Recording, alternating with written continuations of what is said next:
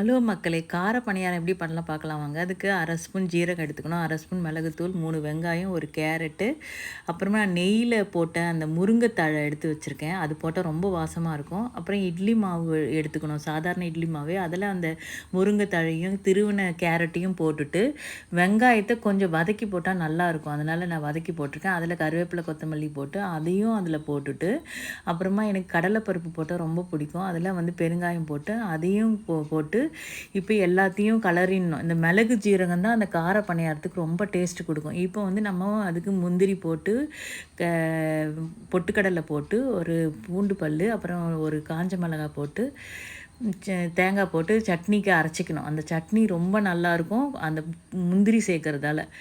அதுதான் ஹோட்டல்லலாம் கொடுப்பாங்க முந்திரி சேர்த்து. இப்போ இந்த பணியார குழியில் இந்த பணியாரத்தை ஊற்றிக்கணும், அந்த கார பணியாரம்.